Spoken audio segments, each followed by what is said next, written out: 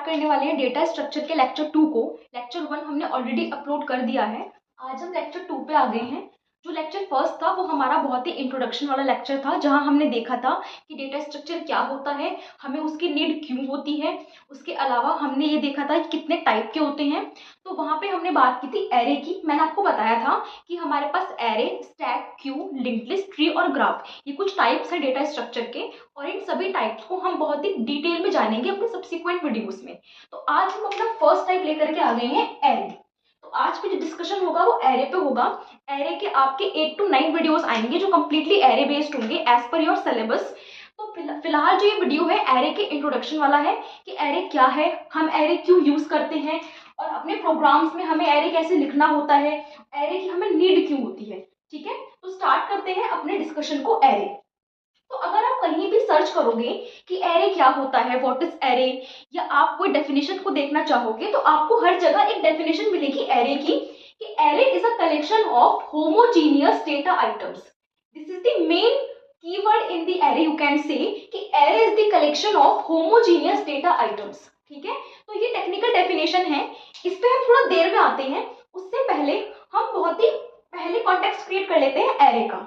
Context create करने में हम एरे की नीड को समझेंगे, उसके बाद इस डेफिनेशन के थ्रू डिस्कशन को आगे बढ़ाएंगे। ओके, तो आई थिंक कि आपको जो सी लैंग्वेज के बेसिक डेटा टाइप्स हैं वो पता होंगे, तो उनको पता होगा तभी हम ये डिस्कशन को आगे कर पाएंगे। ओके, तो हमारा एक टाइप होता है इंटीजर का। मान लीजिए कि मैंने एक वेरिएबल को डिक्लेयर किया इंटीजर a इक्वल्स टू 5।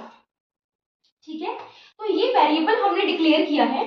इसका क्या मतलब है? इसका मतलब ये है कि a एक वेरिएबल है जिसके अंदर जो वैल्यू स्टोर है वो किस टाइप की है? इंटीजर टाइप की है।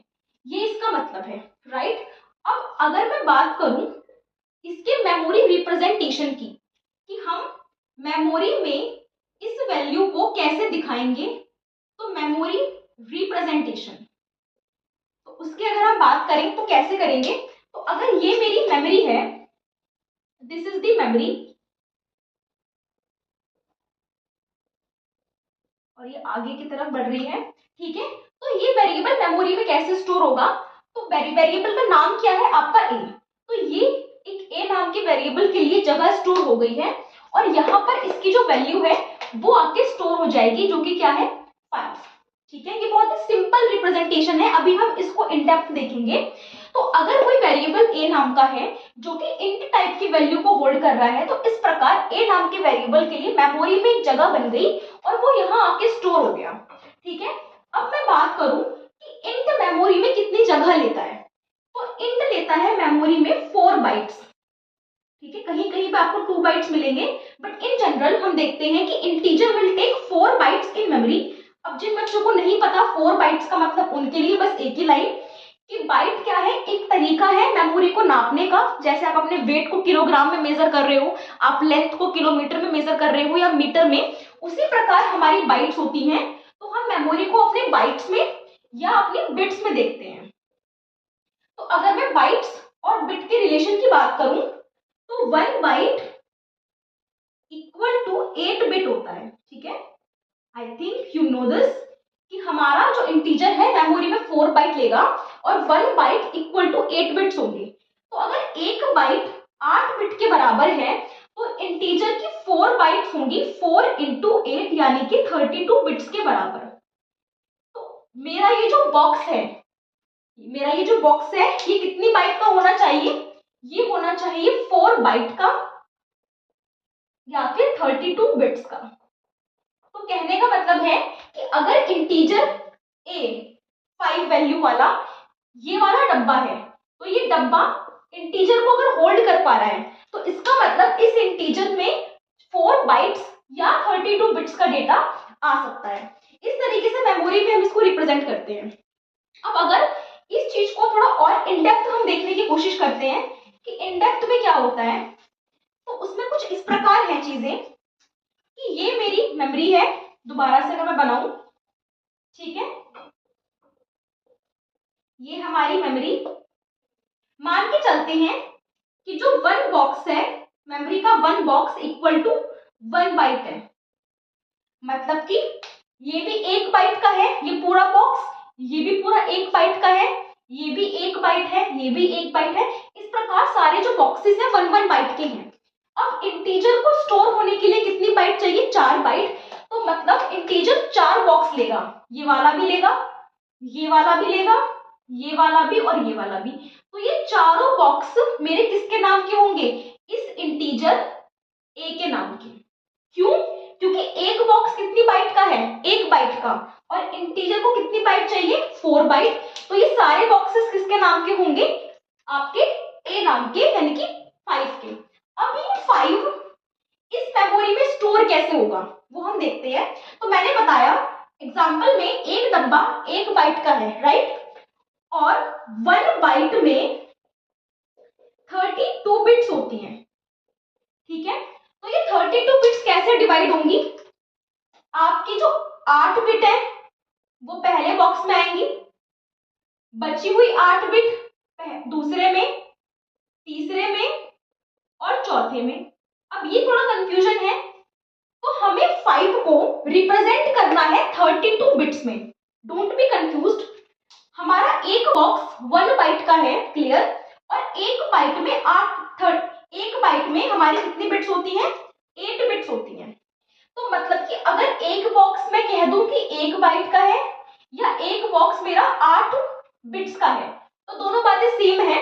तो फर्स्ट बॉक्स में 8 बिट्स आएंगी, सेकंड में, थर्ड में, फोर्थ में 8 बिट्स आएंगी। इस प्रकार इन चारों को मिलाकर कितनी बिट्स बनेंगी? 32 बिट्स बनेंगी। ओके, अब मुझे इस 5 को रिप्रेजेंट करना है 32 बिट्स में। तो आपको पता होगा कि कंप्यूटर हमारा काम करता है बाइनरी लैंग्वेज पे। इसका मतलब इस 5 को हम रिप्रेजेंट करेंगे 32 बिट्स में इन बाइनरी फॉर्मेट, यानी कि 0 और 1 के फॉर्मेट में, ठीक है।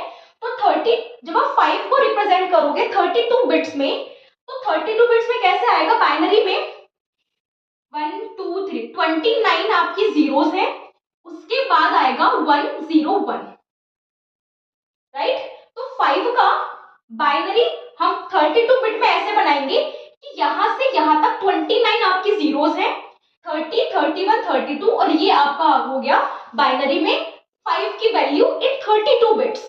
तो हमने क्या करा? 5 के बाइनरी को 32 बिट्स में रिप्रेजेंट किया है। तो 29 आपकी जीरोस है और लास्ट में आ गया आपका 101। जिसको नहीं पता बाइनरी रिप्रेजेंटेशन कैसी होती है उसे आनी चाहिए, ठीक है। तो 5 को हमने देखा 32 बिट्स में। अब ये 32 बिट्स यहाँ पे किस प्रकार आएंगी?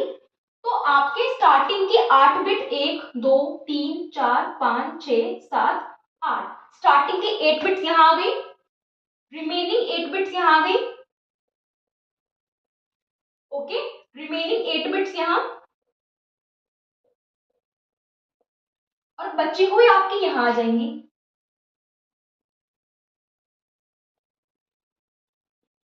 तो इस तरीके से आप 32 बिट में अपने 5 को रिप्रेजेंट करोगे। तो ये हुआ आपका मेमोरी रिप्रेजेंटेशन। एक बार दोबारा देख लेते हैं। मैंने एक वेरिएबल बनाया इंटीजर नाम का, और उसमें मैंने स्टोर किया 5 को। मुझे पता है कि इंटीजर मेरा मेमोरी में 4 बाइट लेता है, ओके। मेरे एग्जांपल के अकॉर्डिंग ये मेरी मेमोरी है, और मेरी मेमोरी में जो मेरा एक बॉक्स है वो 1 बाइट का है, और 1 बाइट में 8 बिट्स होती हैं।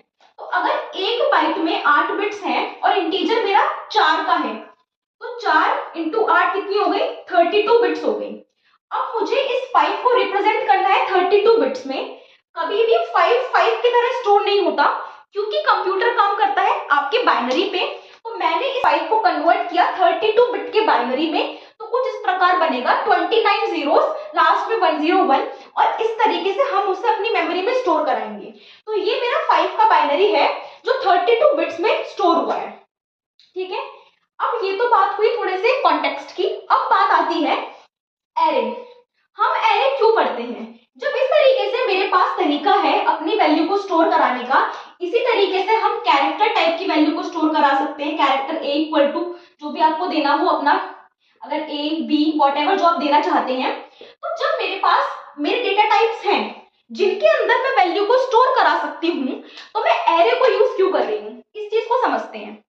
एग्जाम्पल लेते हैं हमारी क्लास का। तो अगर मेरे पास क्लास है स्टूडेंट्स की और उसमें आपके 50 स्टूडेंट्स हैं, 50 या 60 जो भी, तो मेरी क्लास में 60 स्टूडेंट्स हैं और मुझे 60 स्टूडेंट्स का डेटा स्टोर कराना है। ठीक है, अब मैंने लिया एक इंटीजर a, ठीक है, और इसमें मैंने रोल नंबर 1 डाल दिया, रोल नंबर 1।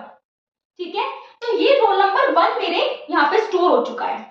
अब ये कैसे स्टोर होगा, तो ये मेरी मेमोरी है, यहाँ पे मैं इंडेप्थ नहीं बना रही हूँ, आपको जनरली समझा रही हूँ। तो अगर ये मेरा a है और इसका रोल नंबर 1 है तो ये यहाँ स्टोर हो गया। अब मुझे, ये तो मेरा एक वेरिएबल है जो रोल नंबर 1 की वैल्यू स्टोर कर रहा है, मुझे रोल नंबर 2 स्टोर कराना है।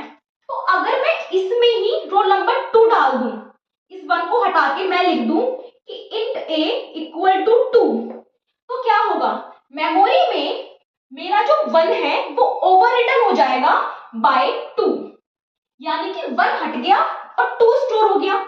अब इसी में मैं लिख दूं int a इक्वल टू 3, तो अब मेरा जो 2 है वो ओवर रिटन हो जाएगा बाय 3।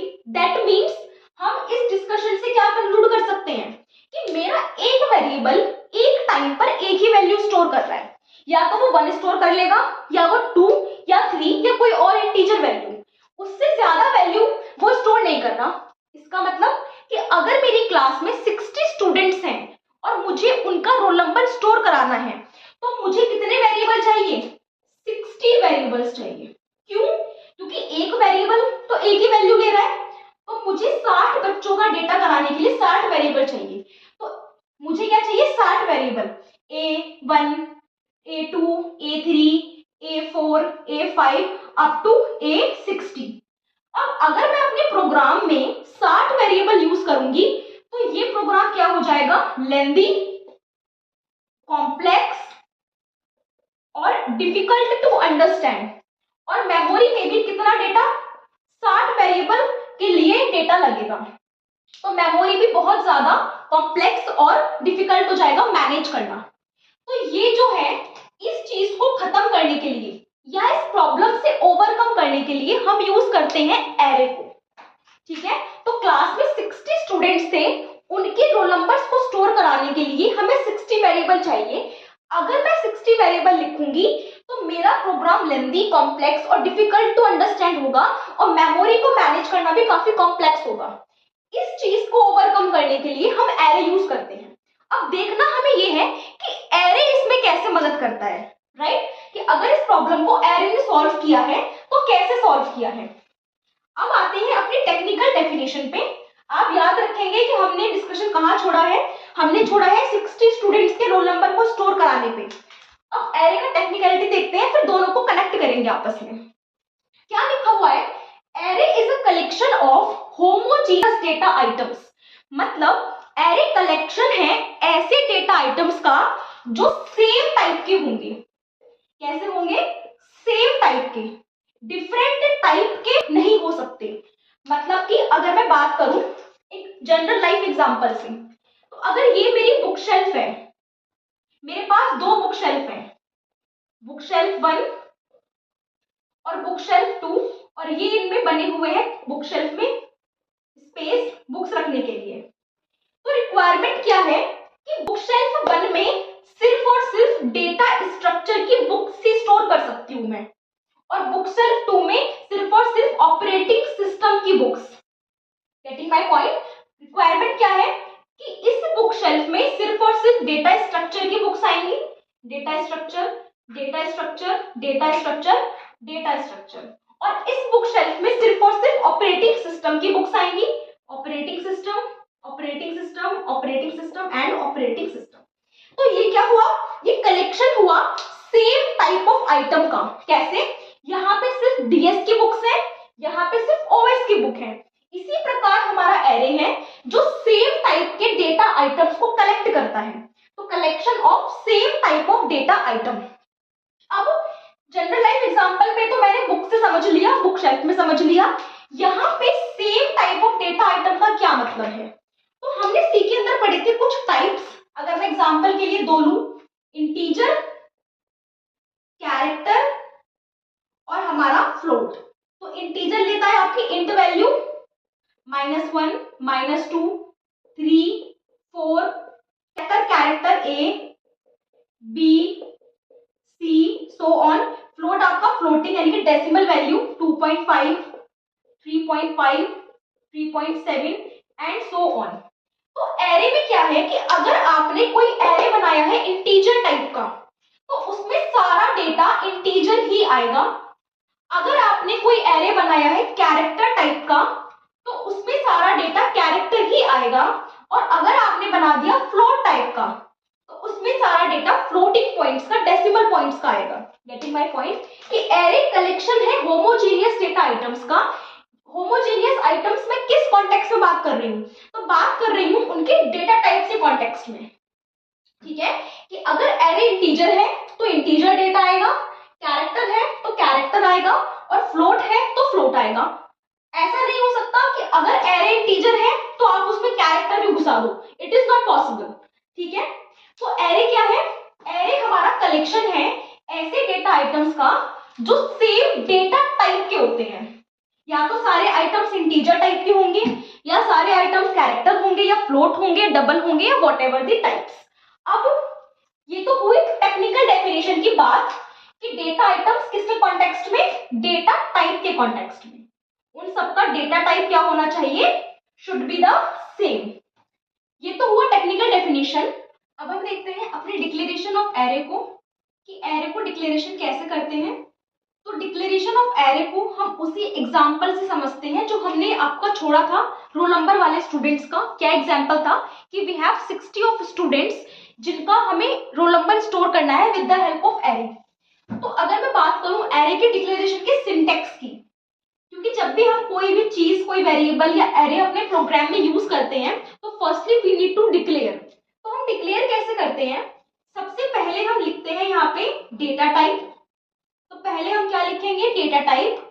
उसके बाद हम लिखते हैं एरे का नाम, और उसके बाद स्क्वायर ब्रैकेट्स में हम लिखते हैं साइज। शायद अभी आपको ये समझ में नहीं आया होगा, अपने एग्जाम्पल से इसको देखते हैं। एग्जाम्पल क्या था कि 60 बच्चों का रोल नंबर है जो स्टोर कराना है with the help of array. तो रोल नंबर किस टाइप का होगा? रोल नंबर का जो डेटा टाइप है वो क्या होगा? क्या रोल नंबर कैरेक्टर में होगा, क्या रोल नंबर फ्लोट में होगा, या रोल नंबर इंटीजर में होगा? तो रोल नंबर हमेशा किस में होता है? इंटीजर्स में। तो यानी कि डेटा टाइप क्या आएगा मेरा? इंटीजर। Well enough. उसके बाद एरे का नाम। तो मुझे क्या स्टोर कराना है इस एरे के अंदर? Roll number. तो मैंने बना लिया एरे का नाम रोल, और कितने स्टूडेंट्स का रोल नंबर है? 60 स्टूडेंट्स का। तो कितना हुआ है साइज इसका? 60। तो मतलब कि हम इस प्रकार इसको यूज करते हैं। सबसे पहले डेटा टाइप, आपके एरे का सूटेबल नेम, ये नेम यूजर अपने हिसाब से कुछ भी रख सकता है। देन आपके एरे का साइज। रोल नंबर मुझे 60 बच्चों का चाहिए, तो कितना साइज हुआ इसका? 60 साइज हो गया। अब अगर मैं देखूं कि मेमोरी में ये कैसे जाएगा, तो ये हुई मेरी मेमोरी। कितने बॉक्सेस आपके कितने बनेंगे? ये 60 बॉक्स बनेंगे, और इन 60 बॉक्सेस में आप अपने स्टूडेंट्स का रोल नंबर डाल सकते हैं। ठीक है, ये तो बात हुई डिक्लेरेशन ऑफ एरे की, जो हमने अपने प्रीवियस एग्जांपल से ही डिस्कस कर लिया। अब मैं ये देखते हैं कि एरे का अगर हमें मेमोरी रिप्रेजेंटेशन करना है तो हम कैसे करेंगे। जैसे हमने a=5 को मेमोरी में रिप्रेजेंट किया था, उसी प्रकार हम देखते हैं कि अगर मुझे अपने एरे को रिप्रेजेंट करना है मेमोरी में तो कैसे करेंगे। Memory representation of array. Array को मेमोरी में कैसे रिप्रेजेंट करते हैं? तो 60 स्टूडेंट्स का साइज एरे का बहुत बड़ा होगा, छोटा साइज लेके समझते हैं। तो मान लेते हैं एक एरे है which is of integer type. Array का नाम है रोल, और यहाँ पे मैंने कहा कि मुझे सिर्फ 5 स्टूडेंट्स का रोल नंबर स्टोर करना है, तो एरे का साइज है 5। ठीक है, तो अगर मैं इसे मैच करूं अपने सिंटेक्स में, तो ये क्या है? ये है मेरा डेटा टाइप, ये है मेरा एरे का नाम, तो this is the name of array, and this is the size of array. Okay, अब मुझे ये देखना है कि मैं इसको मेमोरी में कैसे रिप्रेजेंट करूंगी। तो यहाँ मेमोरी बना लेते हैं। तो ये हमने बना, मेमोरी को वर्टिकल ना बना के हॉरिजॉन्टल बनाते हैं। तो ये हमने बनाई अपनी मेमोरी। अब एरे का साइज कितना है? 5। मतलब कि मुझे कितने बॉक्स चाहिए? 5 बॉक्स चाहिए। 1 2 3 4 5। 1 2 3 4 5। 5 बॉक्स आ गए। अब यहां पर मुझे ये देखना है कि इसमें 2-3 चीजें होती है। देखना, एक होता है आपका इंडेक्स, एक होता है आपका साइज और एक होता है आपका एड्रेस। तो इंडेक्स को आप ऐसे समझो कि इंडेक्स का मतलब है serial number of the array locations. Array का जो इंडेक्स है वो हमेशा शुरू होता है 0 से, यानी कि एरे के फर्स्ट बॉक्स का जो इंडेक्स होगा वो हमेशा स्टार्ट होगा 0 से।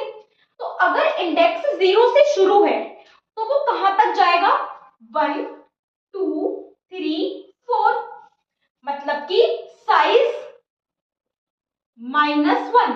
एग्जाम्पल, अगर एरे का साइज होता 9 तो इंडेक्स स्टार्ट होता 0 से और कहां तक जाता? 0 से 8।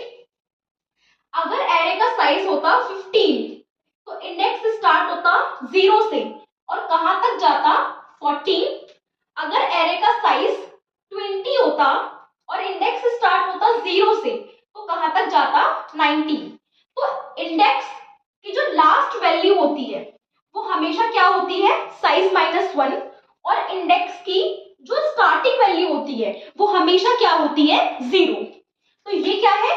ये मेरा इंडेक्स ऑफ द एरे है। अगला क्या आता है?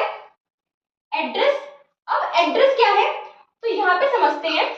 मान लीजिए मेरी बुक में इंडेक्स लगा हुआ है, लगा होता है सबकी बुक्स में। उसमें यहाँ पे होता है आपका इंडेक्स, यहाँ होता है आपका टॉपिक और यहाँ होता है आपका पेज नंबर। तो इंडेक्स क्या बताता है, यानी कि सीरियल नंबर्स क्या बताते हैं उस इंडेक्स में आपको? सीक्वेंस, कि आपका ये 1 टॉपिक है, ये 2 टॉपिक है, ये 3 टॉपिक है। और पेज नंबर क्या बताता है कि वो पर्टिकुलर टॉपिक किस पेज पे है। ठीक है, तो इंडेक्सिंग क्या बताती है? सीक्वेंस ऑफ एरे, 0 से स्टार्ट हुआ और साइज -1 तक जाएगा। एड्रेस क्या बताता है? तो जो मेमोरी का एड्रेस होगा एरे में वो आपको क्या बताएगा कि पर्टिकुलर एलिमेंट आपका मेमोरी के किस एड्रेस पे स्टोर है। जैसे कि पर्टिकुलर टॉपिक किस पेज नंबर पे है, वैसे ही पर्टिकुलर एलिमेंट मेरा मेमोरी के किस एड्रेस पे है। ओके, तो अगर मैं एड्रेस स्टार्ट करूं, एक बात और, एड्रेस हमेशा होता है हेक्साडेसिमल टर्म्स में, बट इन सिंप्लिसिटी और समझने के लिए हम इसको डेसिमल में लेते हैं। तो मैंने स्टार्ट किया अपना एरे का एड्रेस 100 से। अब यहां ध्यान देंगे, मैंने एग्जांपल में समझाया था कि एरे इंटीजर की एक वैल्यू मेमोरी में कितनी बाइट लेती है? 4 बाइट। पास इंटीजर टाइप की कितनी वैल्यू है? 5, क्योंकि 5 बच्चों का रोल नंबर है ना, तो 5 टाइप वैल्यू है इंटीजर की। तो इंटीजर की एक वैल्यू लेती है 4 बाइट्स, और अगर मेरे पास 5 वैल्यू है तो 5 into 4 ये कितनी लेगा? 20 बाइट्स। Getting my point? पिछले एग्जांपल में int a equal to 5 था, एक इंटीजर वैल्यू थी 5, वो कितनी बाइट ले रही थी? 4। यहां मेरे पास एरे है collection of value of integer types, तो कलेक्शन में कितनी वैल्यू है इंटीजर टाइप की? 5, तो कितनी बाइट लेंगे ये? 20 बाइट्स। ओके, अब इंटीजर की एक वैल्यू कितनी बाइट लेती है? 4 बाइट। तो इस बॉक्स में इंटीजर की एक वैल्यू आएगी रोल नंबर 1 जो भी आएगा, इस बॉक्स में इंटीजर की दूसरी वैल्यू आएगी सेकंड स्टूडेंट का रोल नंबर, इस बॉक्स में इंटीजर की थर्ड वैल्यू आएगी एंड सो ऑन। तो हम एड्रेस कैसे लिखते हैं? 100, 101, 102 और 103। 101 रिप्रेजेंट करता है एक बाइट को, 101 दूसरी, तीसरी, चौथी। तो this is the 4 byte, 1 byte, 2 byte, 3 byte, 4 byte. तो एक इंटीजर का बॉक्स कितनी बाइट का हो गया? 4 बाइट का। कहां खत्म किया है? 103 पे। अब 104, 105, 106 और 107 ये 4 बाइट्स हो गई इस वाले बॉक्स की। 108, 109, 110 और 111 ये 4 बाइट्स हो गई हमारे सेकंड इंडेक्स की 112, 113, 114 और 115, ये वाली इसकी 116, 17, 18 और 19। इस तरीके से मैंने 20 बाइट्स में अपने 5 इंटीजर वैल्यू का एरे बनाया। ये 4 बाइट्स इसको मिल गई, ये 4 बाइट्स इसको मिल गई, ये 4 बाइट्स इसको, ये 4 बाइट्स इसको एंड सो ऑन। तो कितनी बाइट्स मिली टोटल? 20। 100 से स्टार्ट किया था हमने, कहाँ खत्म किया है? 119 पे। तो टोटल कितनी बाइट्स मिली? 20 बाइट्स। 4 4 4 4 4 एंड 5 4 जा 20 बाइट्स। अब इनमें क्या आ जाएगा? स्टूडेंट का रोल नंबर मान लेते हैं, इसका है 1001, 1002, 1003, 1004 और 1005। ये आ गया आपके स्टूडेंट्स का रोल नंबर। ठीक है, तो इस तरीके से मेमोरी रिप्रेजेंटेशन होती है जिसमें आप इंडेक्सिंग का और एड्रेस का यूज करते हो। इंडेक्सिंग शुरू होती है 0 से और एड्रेस में 4 बाइट का गैप होता है। स्टार्टिंग की 4 बाइट्स इसकी, स्टार्टिंग की 4 बाइट्स इसकी, स्टार्टिंग की इसकी। इसलिए बुक में कभी कभी आपको लिखा मिलता है कि पहले 100 लिखा होगा, उसके तुरंत बाद 104 आ जाएगा। तो स्टूडेंट्स कंफ्यूज होते हैं कि यहाँ पे 100 है तो यहाँ 4 कैसे है? तो वो ऐसे है, ये 4 बाइट्स इसको मिल गई हैं, इसलिए 4 वैल्यूज का गैप है। इसमें क्या है? गैप है। ये बात हुई मेमोरी रिप्रेजेंटेशन की। अगली बात कर लेते हैं accessing the elements of array. अगर मुझे एलिमेंट्स को एक्सेस करना है तो कैसे करूंगी? मान लो मुझे ये देखना है कि 1004 कहां पर है, तो हम कैसे लिखेंगे? हम लिखेंगे accessing the elements of array. हम देख रहे हैं, तो एक्सेसिंग द एलिमेंट्स कैसे लिखेंगे हम? हमने लिखा एरे का नाम। एरे का नाम क्या है? Roll, index number 2। क्या मतलब हुआ कि रोल नाम का एरे इंडेक्स 2 पे क्या वैल्यू है? तो रोल नाम का एरे है ये, एरे का नाम क्या है? रोल, और इसके इंडेक्स 2 पे क्या वैल्यू है? 1003। तो क्या आ जाएगा यहाँ पे? 1003 आ जाएगा। अब मैंने लिखा रोल नाम का एरे, उसके इंडेक्स 4 पे क्या वैल्यू है? तो एरे का नाम रोल, उसके इंडेक्स 4 पे क्या वैल्यू है? 1005। तो क्या आएगा यहाँ पे? 1005। उसके बाद हम लिख लेते हैं इसी प्रकार कि रोल नाम का एरे, उसके इंडेक्स 0 पे क्या वैल्यू है? तो क्या वैल्यू है इंडेक्स 0 पे? 1001। बेसिकली अगर मुझे एरे के एलिमेंट्स को एक्सेस करना है तो कैसे करते हैं? इसको आपका एरे का नाम, स्क्वायर ब्रैकेट के अंदर उसका इंडेक्स नंबर। तो इस तरीके से आप एलिमेंट को एक्सेस कर सकते हो। एरे के किसी भी एलिमेंट को आप एक्सेस कर सकते हो। तो ये हुआ हमारा accessing the elements of array. तो हमने स्टार्ट किया था अपने डिस्कशन को आपके नीड ऑफ एरे से, कि हमें एरे की रिक्वायरमेंट क्यों है। तो अगर मुझे सेम टाइप का डेटा स्टोर करना होता है कलेक्शन में, तो अगर मैं वेरिएबल्स यूज करूंगी तो बहुत सारे वेरिएबल्स होंगे। समझा था इस बात को स्टूडेंट के रोल नंबर की रिक्वायरमेंट से। तो सेम टाइप के डेटा को स्टोर कराने के लिए हम यूज करते हैं एरे का। एरे क्या है? कलेक्शन है होमोजीनियस डेटा आइटम्स का। डेटा आइटम्स का मतलब किस कॉन्टेक्स्ट में होमोजीनियस होने चाहिए? वो डेटा टाइप में। सबका डेटा टाइप क्या होगा? सेम होगा, या तो कैरेक्टर ही होगा या इंटीजर ही होगा या फिर आपका फ्लोट या डेसिमल होगा। उसके बाद हमने देखा मेमोरी रिप्रेजेंटेशन, जहां हमने देखा इंडेक्सिंग को, एड्रेसिंग को। उसके बाद हमने देखा एलिमेंट्स की एक्सेसिंग को। नेक्स्ट वीडियो में हम देखेंगे ट्रैवर्सिंग, मतलब नेक्स्ट वीडियो में हम एरे का कोड करेंगे। फर्स्ट एरे का code program traversing the elements of array, और उसी को बोलते हैं printing the elements of array. तो वो देखेंगे हम अपनी नेक्स्ट वीडियो में। Thank you for watching, stay connected.